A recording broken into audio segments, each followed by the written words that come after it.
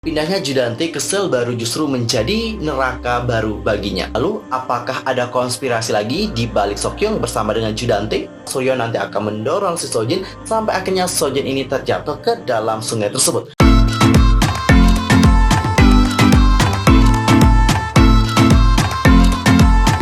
Halo what's up guys, I'm Mr. Kim, welcome back to my YouTube channel. Gimana kabar kalian hari ini? Baik-baik aja dong ya. Dan bukan semua yang punya problem, pokoknya tetap semangat ya guys, don't give up. Oke, untuk hari ini kita itu akan ngebahas tentang bagaimana alur cerita dari Penthouse Season 3 episode pertama. By the way, sebelum itu pastikan untuk tekan tombol subscribe, bunyi loncengnya, serta jangan lupa juga buat like, comment, and share ya. Tanpa basa-basi lagi, langsung aja yuk kita bahas bersama-sama.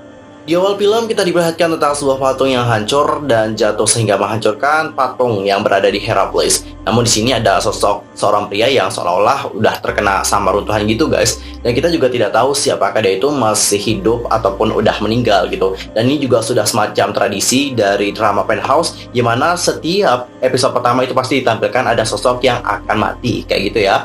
Dan ini juga seperti Judante ya. Siapa sih ini? Aku nggak tahu sih lebih jelasnya karena nggak terlalu jelas banget.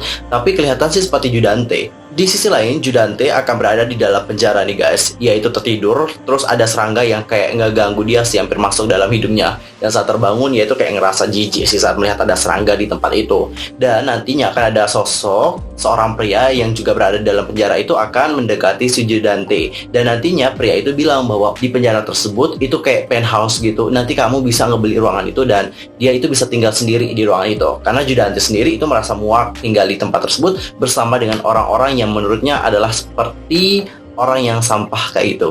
Di sisi lain sih, pengacara ini kasihan banget sih sudah disuruh gitu oleh orang yang berkuasa di penjara untuk membersihkan piring. Dia sih awalnya kayak nolak gitu, namun dengan sedikit gertakan ya pun langsung nurutin perintah mereka. Di bagian ini aku sebenarnya agak enak banget sih guys, karena waktu dia mau ngebersihin piring, dia itu kan rindu banget nih sama istrinya gitu ya. Pas waktu itu dia pergi ke tempat kloset alias tempat orang yang mau pup kayak gitu, dan di sana dia melihat kayak yang istrinya, sambil itu dia masukin dong tangannya ke sana. Dan yang lebih adalah bagaimana dia nanti akan masukin tangannya ke sini. Sumpah enak banget sumpah ngelihat bagian itu, serius. Di sisi lain, istrinya juga sama sih, dia itu akan nyuci baju, intinya ngedes banget sih kehidupan mereka. Kalau ibunya Jenny seperti biasa sih, dia itu kan pinter nih, selalu tahu caranya beradaptasi kayak gimana. Dan dia pun menunjukkan keterampilan memijatnya pada si yang berkuasa di tempat tersebut. Dan itu ngebuat wanita itu menjadi senang sampai dia dikasih snack dong guys.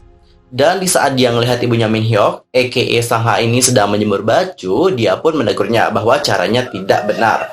Dan saat itulah best friend ini nantinya akan curhat satu sama lain gitu ya. Tapi nantinya bakalan cekcok nih guys, karena si ibunya Jinny bilang bahwa ini tuh seperti penthouse gitu. Ada yang lebih atas dari kita gitu. Dan aku lebih atas daripada posisi kamu. Dan itu yang ngebuat ibunya si Min Hyuk ini nggak setuju dong ya. Jadi dia pun marah sama si ibunya Jenny, sampai dia itu mau nyakar-nyakar si ibunya Jenny, tapi sayang nggak bisa kecakar, dia malah jatuh. Dan itu ngebuatnya terlihat sangat menyedihkan sekali.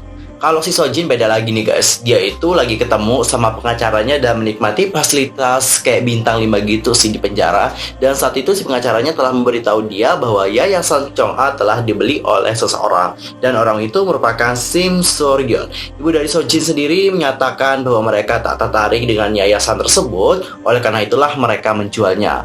Dan kakaknya dari Sojin, karena kepo banget, dia pun bertanya nih sama Suryeon, kamu kok mau sih ngebeli tempat ini gitu, padahal tempat ini juga tidak menghasilkan uang gitu. Tapi pas ditanya tentang hal itu, si Suryeon ini tidak memberikan jawaban apapun. Malah kakaknya aja yang ngerocos, buat pencucian uang ya, padahal Suryeon gak bilang apa-apa guys.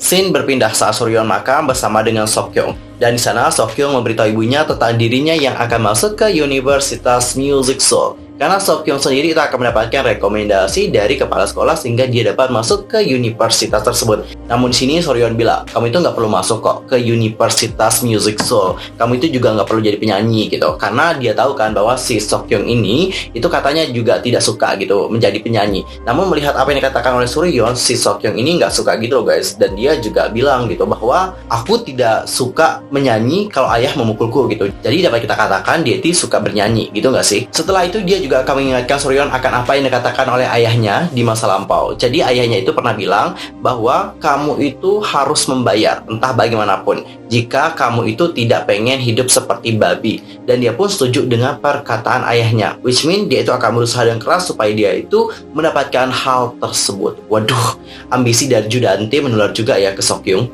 Setelah itu datanglah Sukrok Couple dan Sokyung terlihat tak menyukai Berona. Dia bahkan menyinggung tentang Rona yang tidak mengikuti ujian masuk perguruan tinggi dan lebih memilih untuk bekerja paruh waktu. Dan itu ngebuat Sokyung menjadi agak marah. Di sini terlihat jelas ya guys bahwa Sokyung itu tidak ingin perhatian si kakaknya diberikan kepada orang lain, terutama kepada Berona.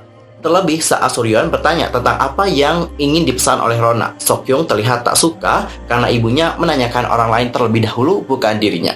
Kebencian Sokyung terhadap Berona makin membara setelah mengetahui bahwa Suryon sangat mendukung Berona untuk melanjutkan pendidikannya dan menjadi vokalis yang hebat. Suryon bahkan memberikannya uang meskipun pada awalnya Berona sendiri tak mau menerima uang tersebut dikarenakan ia juga bekerja.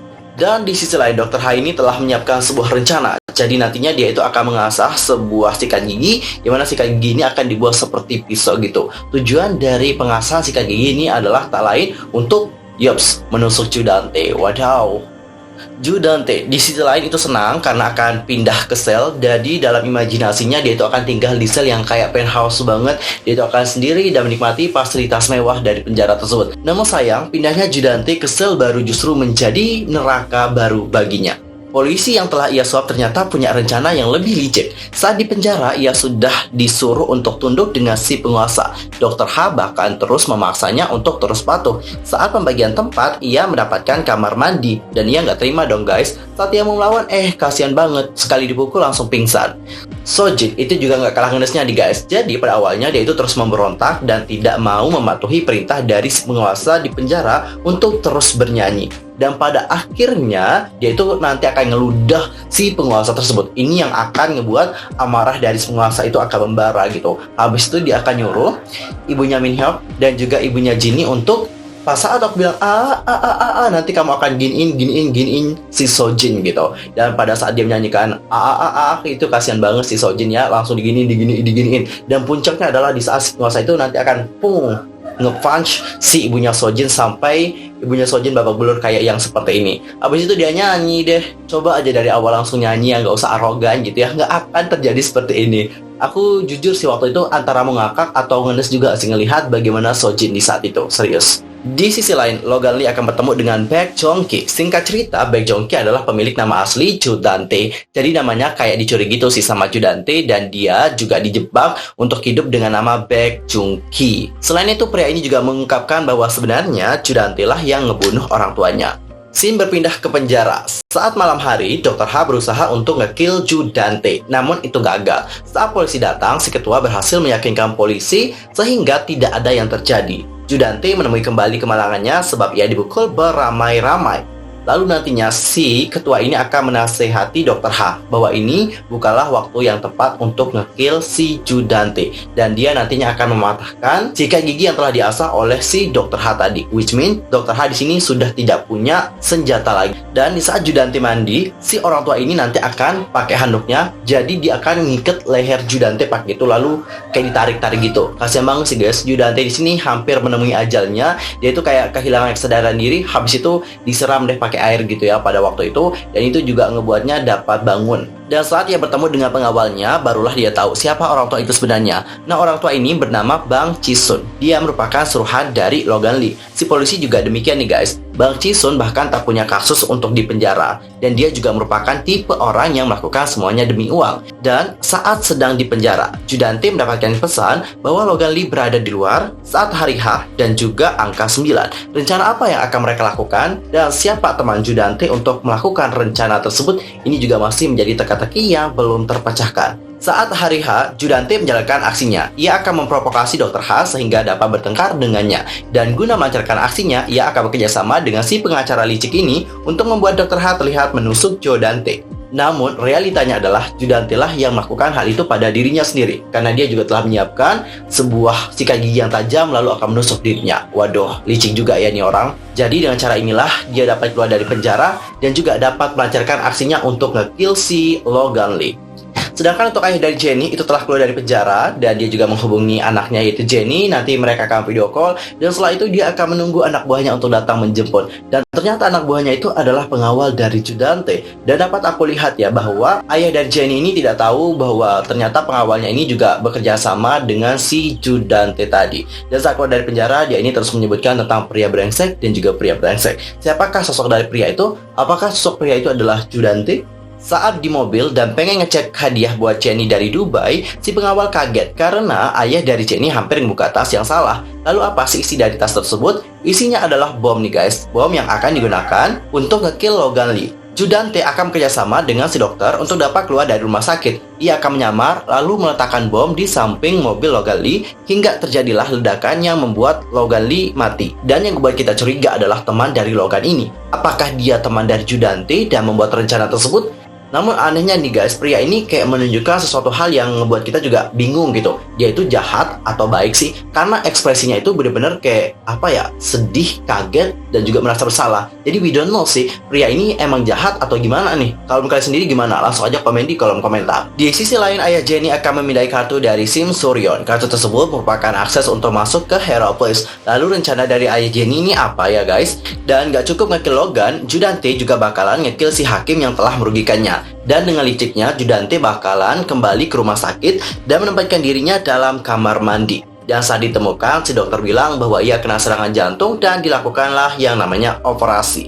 Di sisi lain, Suryon ditemani Sukro couple lagi berduka nih guys. Padahal kita kan lagi sedih-sedihnya nih melihat bagaimana si Logan itu meninggal. Kita malah ditampilkan dengan bagian yang lucu loh guys. Saat si Sojin bersama dengan ibunya Min Hyuk nanti akan bertengkar. Tahu nggak bertengkarnya karena apa? Karena daging yang segini besarnya guys, serius. Mereka itu bertengkar sampai jambak-jambakan.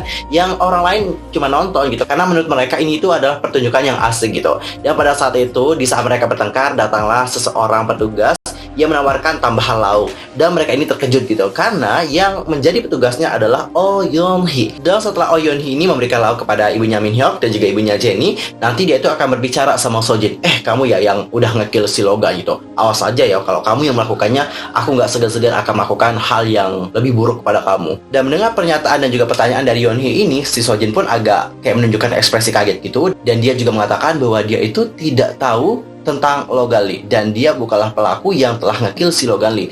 Tapi anehnya adalah setelah si Sojin mendengar berita tentang Logan Lee yang telah mati, dia itu menunjukkan ekspresi yang berbeda gitu. Seolah-olah di sini dia itu sudah punya rencana. Sim berpindah ke Suryon yang kesal bukan main sama si polisi yang seharusnya menyelidiki penyebab kematian dari Logan. Justru si polisi terkesan menjelek-jelekan dengan menyebutkan sebagai stalker hingga dirinya yang menyuap pihak krematorium dan menjalankan rencananya, dan juga menyebutkan bahwa Logan ini merupakan pelaku utama yang telah ngekill si Na Egyo. Di sisi lain ada juga berita yang mana berita ini mengabarkan tentang kematian dari Logan Lee dan juga menyebutkan bahwa Logan Lee merupakan pelaku utama dari pembunuhan Na Egyo, sehingga penyelidikan untuk kematian dari Logan ini tidak akan dilakukan.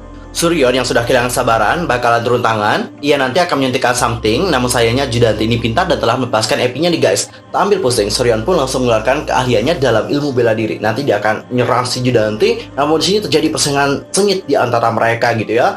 Dan Suryon ini pintar gitu kan guys, nanti dia akan neken tempat luka dari Judante itu. Aku aja yang lihat kayak ngilu dan juga sakit sih. Habis itu nanti pas di bawah, si Suryon ini akan nginjek-nginjek bagian luka dari Judante dan aku aja yang lihat kayak sumpah ini ngeri banget. Aku yang ngerasa sakit guys, serius. Tapi pada saat itu ada polisi nih yang langsung mencegat si Suryon untuk melakukan hal yang lebih buruk lagi kepada si Judante.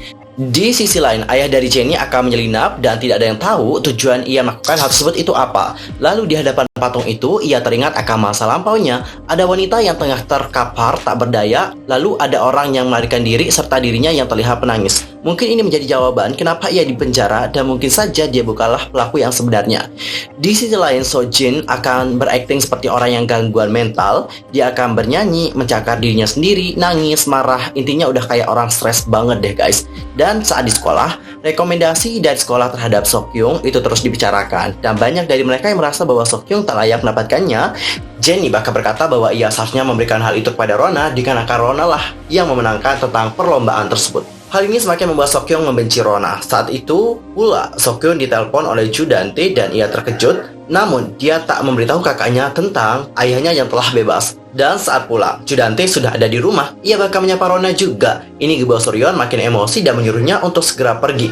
Dan kita melihat bahwa di sini Seokhyun itu memberikan tatapan yang sangat misterius. Lalu, apakah ada konspirasi lagi di balik Seokhyun bersama dengan Judante? Scene berpindah ke Seokhyun yang menenangkan Rona. Saat itu, kakak beradik ini bakalan berdebat nih guys, dikarenakan si Seokhyun itu mulai bilang gitu bahwa yang ngekill Naekyo itu bukanlah ayahnya mereka, melainkan yang ngekill adalah Logan Lee. Dan sini Seokhyun itu marah sama adiknya dikarenakan si Seokhyun ini terlalu mudah percaya dengan si bapaknya tersebut. Dan pada akhirnya si Rona itu minta izin untuk pergi meninggalkan mereka karena menurut Rona ini adalah suatu hal yang tidak boleh dilihat olehnya. Ya udah, dia itu pergi. Melihat hal itu, Seokhyun ini bilang, "Rona, tunggu aku." Dan melihat bagaimana perhatiannya Seokhyun kepada si Rona ini, itu ngebuat Seokhyun makin benci sama Rona dan juga kayak marah gitu sih. Dan yang lebih ngebuat dia benci sama Rona adalah di saat dia melihat bagaimana application form yang dibuat oleh Seokhyun. Jadi, application form ini akan menjelaskan bahwa si Rona dan juga Seokhyun itu kayak berencana untuk berkuliah bersama di luar negeri, atau tepatnya adalah di Amerika. Di sisi lain, Sojin akan dibebaskan dikarenakan masalah psikologisnya. Ia hanya dihukum 2 tahun dan juga 4 tahun masa percobaan.